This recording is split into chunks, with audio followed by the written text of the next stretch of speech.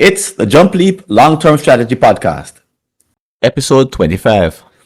You're a facilitator or a sponsor of strategic planning offsites.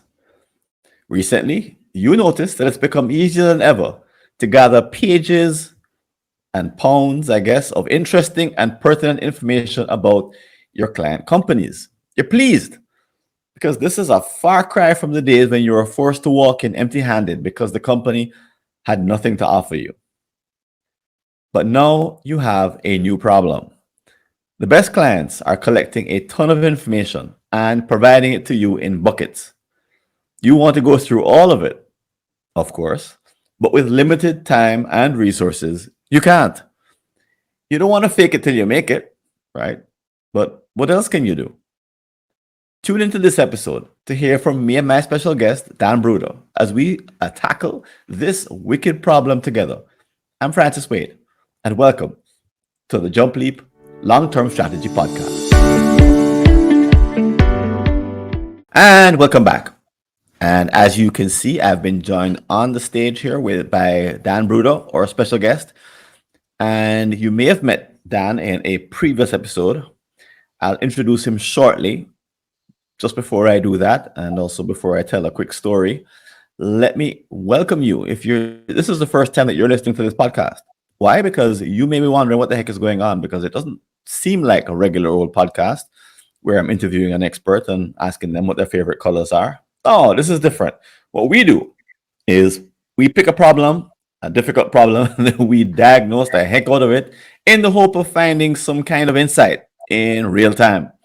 And why do we do that? Well, it's better for us to show you or demonstrate our thinking or brilliance and have you decide for yourself whether it's really that brilliant or not. But have you understand how we arrive at some of the conclusions that we arrive at, because you're able to hear the underlying thinking and you can understand what data we're using, what experiences we're drawing from. You can also tell where you may think that we are full of it and disagree, or you have other information that would lead you to a different conclusion. Anyway, the point is to get you engaged, because we don't really know where this is going to come out. We're looking for insights, some serendipity. We're hoping to move the needle in the right direction. And if and when we come up with some good insights, you'll hear a bell, which indicates that we have just discovered something that is new to one or maybe even both of us. So welcome. And if you've not heard our episodes before, you may not know that we start with a story. So this is the story of John. He's a sponsor of a strategic planning retreat. So he's a facilitator. In the past, he used to start retreats with very little client information. And frankly, this used to work out fine. But recently, he's had a few rude surprises. In each case, in the middle of the offsite, some pertinent information popped up that he should have included in his thinking and his planning beforehand. In one case, his client actually pulled him aside and told him, "Hey, John, this little oversight of yours, the fact that you didn't know this, it cost us about at least a couple of hours. You know, not to complain, but it did cost us." So he got the feedback, and this time around, ahead of a 15-person, 3-day offsite, he's gathered a ton of information. So, for example, he's used an AI tool to gather information from interviews for the first time. Hundreds of people, 3,000 to 4,000 words per interview. If you do the math, you may see that he has a lot of information. He's also done some external analysis, a pester analysis. He's also done a study of their competitors. They've given him some industry analysis, and they've also given him some economic forecasts that pertain to their industry. Fortunately, the company is quite analytic, so he could also do a decent analysis of their internal situation. So, for example, he did a SWOT survey, and he also had a couple of meetings. They also suggested some areas of focus coming from those SWOT meetings. He did a culture analysis based on some survey, or he didn't do it himself, but they did it for him before, a couple of years before. He did a core competency study. He's gotten some feedback on some goals and targets that that some of the employees want to hit, some of the stakeholders. And he even has the prior strategic plan that was developed some 3 years ago. It's a lot. It's a lot. And now he's a bit scared. Why? He doesn't want to miss anything important. He just can't pass on this information to the client. He just can't feed this all back to them. He would need 2 weeks. Frankly, he needs a way to put it all together so that they can make sense of it in the upcoming retreat. So let me introduce Dan Bruder. Dan is the CEO and co-founder of Blendification, a company driven to connect company focus and employee focus, leveraging an AI-powered software suite. His vision materializes in strategic and personal planning tools highlighted in his book, The Blendification System, and also a TEDx talk that he's given with almost 250,000 views. He has a background in banking, hospitality, and real estate, and Blendification has been the foundation for his teaching, and because he's taught at the MBA and executive MBA levels, at his home state colleges, universities, tertiary institutions in Colorado. Dan, welcome to the show. Thanks, Francis. Glad to be here. Yeah, it's probably a little colder here in Colorado than down in Jamaica, huh?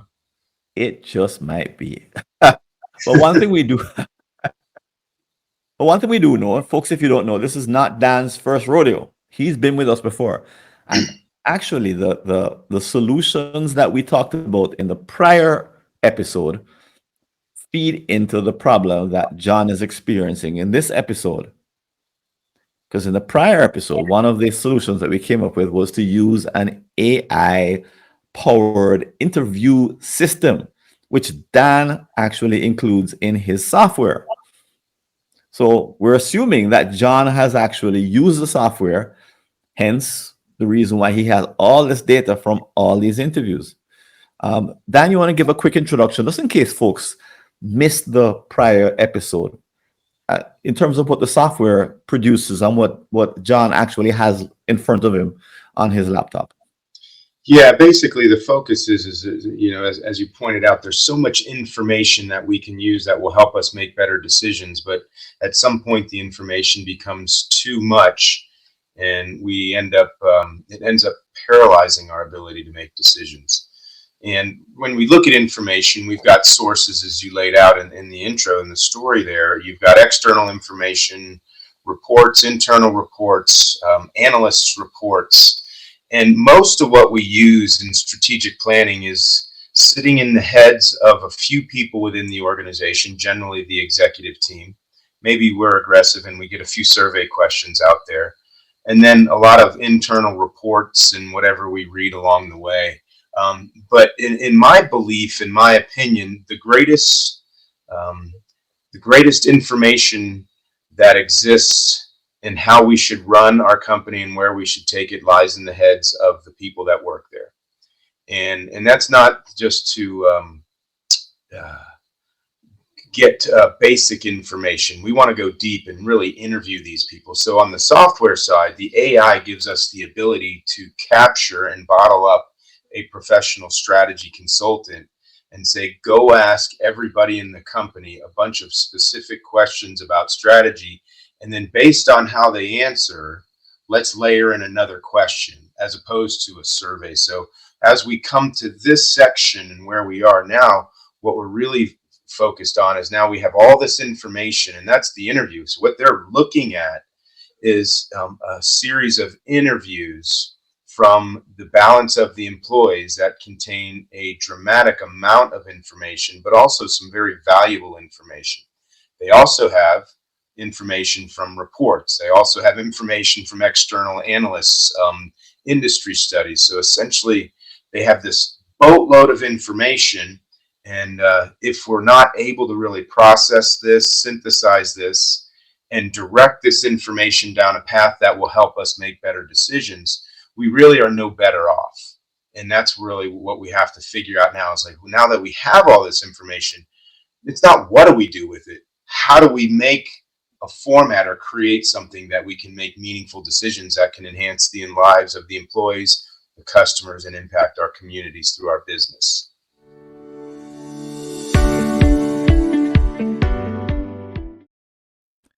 Hope you're enjoying this free excerpt from the Jump Leap Long Term Strategy podcast. Interested in finding out more about getting a subscription to full episodes?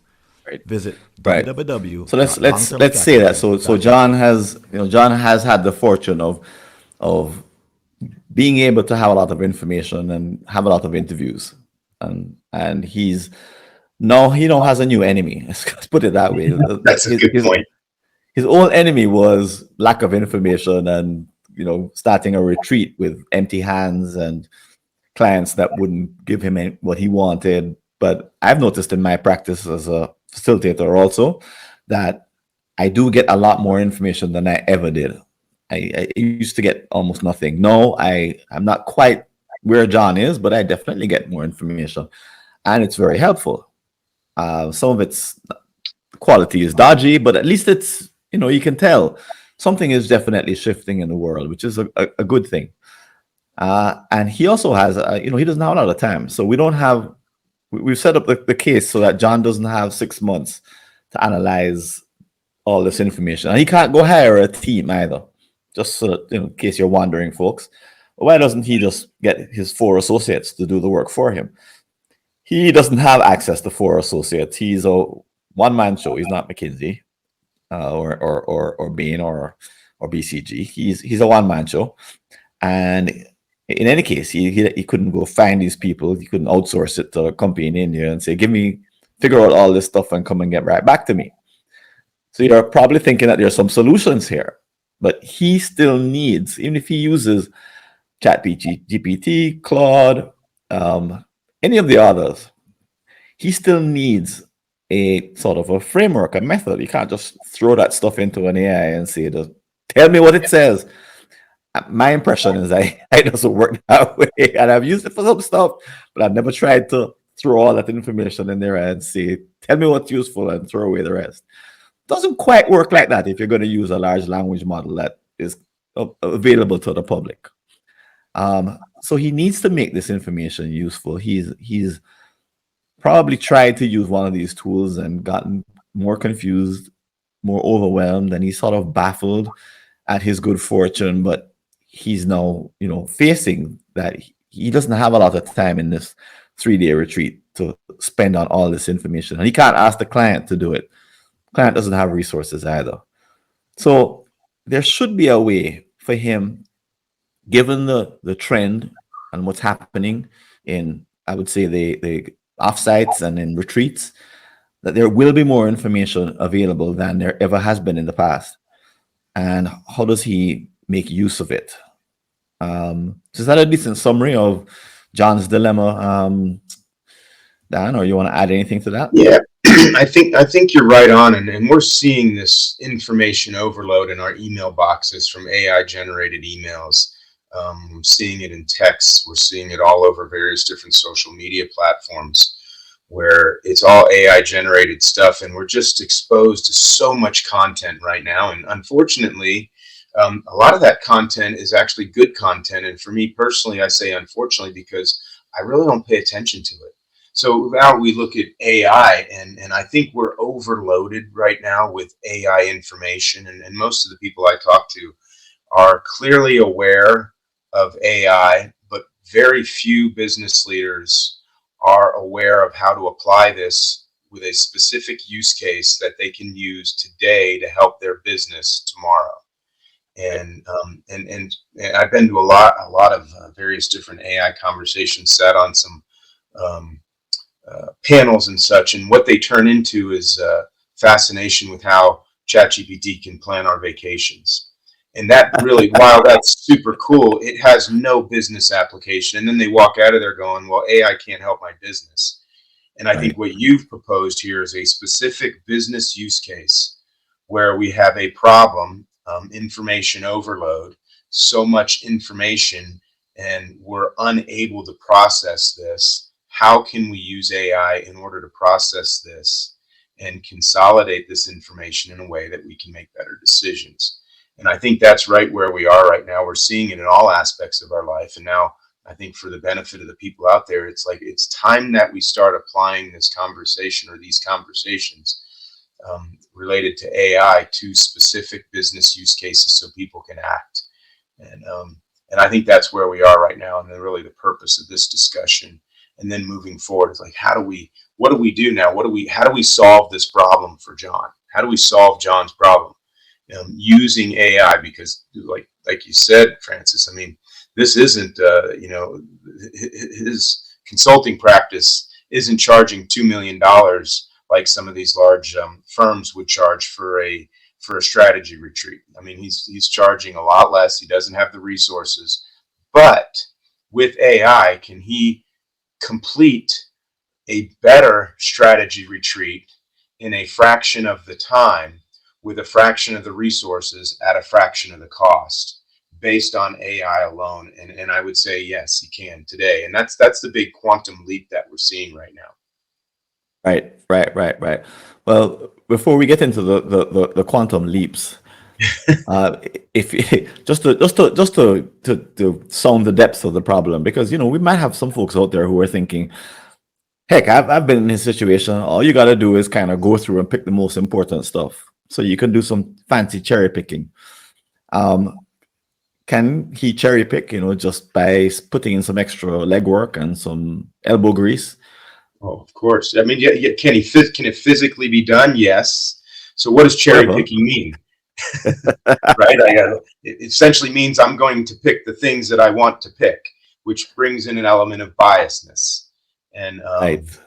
and so we finish where we start. We really haven't advanced things beyond where we were last year. Right. And I think And that's the point. Cherry picking is basically introducing an element of bias. And again, we as human beings, we're naturally biased towards trying to find shortcuts. And a shortcut is, hey, this resonates with what I think. I'm going to pick that one.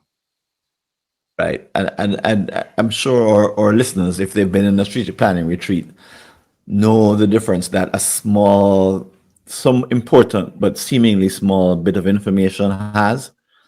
That if you read certain documents, or if you do gather information in a certain way, you get one view. You do another, you get a completely different view. And I like to share the difference between doing a survey, which we do in our retreats, prior to our retreats, and a focus group, which we also do before. And the two are completely different. And the way we conduct focus groups is not like a marketing focus group where you just ask a bunch of canned questions and record a bunch of canned answers. No, we're actually digging in and asking, based on this, what does that mean? What do you mean by that? And what did she mean by that? And is this what people talk about? So we ask a lot of probing questions, which are intended to be transformational in nature, and that we want things to come out that normally would not come out. And that doesn't happen in a survey. Right. And unfortunately, sometimes some companies tell us we don't have time to do the focus groups. And all we can say is, well, that's a mistake, because you're going to be missing a lot of information. But even if we do the focus group, and the participants usually don't want us to record them. They don't want to hear their voice saying. I think the CEO is an ass. They don't want to hear hear that being captured on some audio. So we have to take notes, and again, our notes are, as you said, they're biased. And at the end of the third focus group or fourth focus group in a couple of days, we're tired, and our bandwidth drops, and the information kind of loses its clarity and potency. And we go back to our notes, and we're like, what the heck did that mean? So it's not a perfect way of doing it, but again, it adds more information, but it's also subject to, again, a lack of bandwidth. So even in the way we do things today in our company, there is unintentional. If it's not cherry picking, then it's kind of like when we got tired, we stopped writing stuff down. It's just human nature. What do you think of my sort of guess at that? Yeah, I think you're right on. And as human beings, we get tired. We fall back on various different behaviors and habits that have worked for us before. There's also the element of maybe we spend a little bit of time with the leadership team, and we're looking to satisfy them a little bit. So I mean, I know I've done this. You interview the leadership team, and then you go seek confirmation of that bias that they've planted in our heads when you go talk to other people on the team. Maybe not consciously, but subconsciously, we're looking for people that agree with what the CEO said or the leadership team, because then we feel like we're providing value. So there's a lot of things that happen. Now, one thing, and I think we talked about this last time, Francis, too, is that what we're saying is that over time there's been a progression of technological, and there's just been advancements on ways to do things better. So a year ago, focus groups, surveys, flip charts, meetings, whiteboards inside 3-day retreats was technically the most advanced thing you could do in a strategic planning retreat. And here's an excerpt from our next episode with Seth Godin.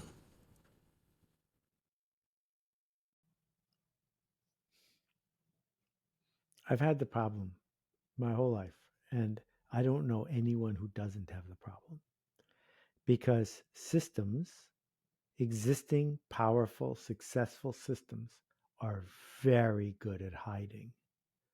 They create culture to establish themselves as normal.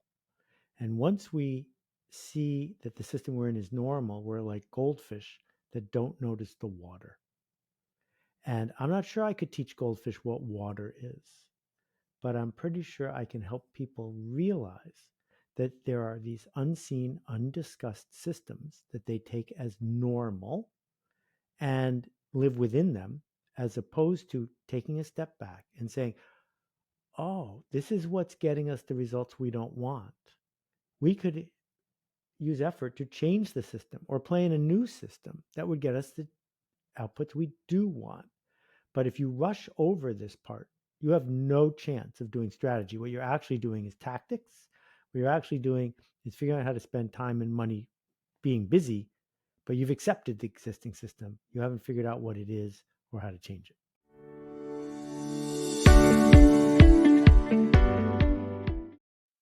And if you like the work we're doing, feel free to follow us at our website, strategyconf.fwconsulting.com, or like or leave a comment on one of the popular podcast apps, such as Stitcher or iTunes. This is Francis Wade, and I'm signing out from the Jump Leap Long-Term Strategic Planning podcast. See you later.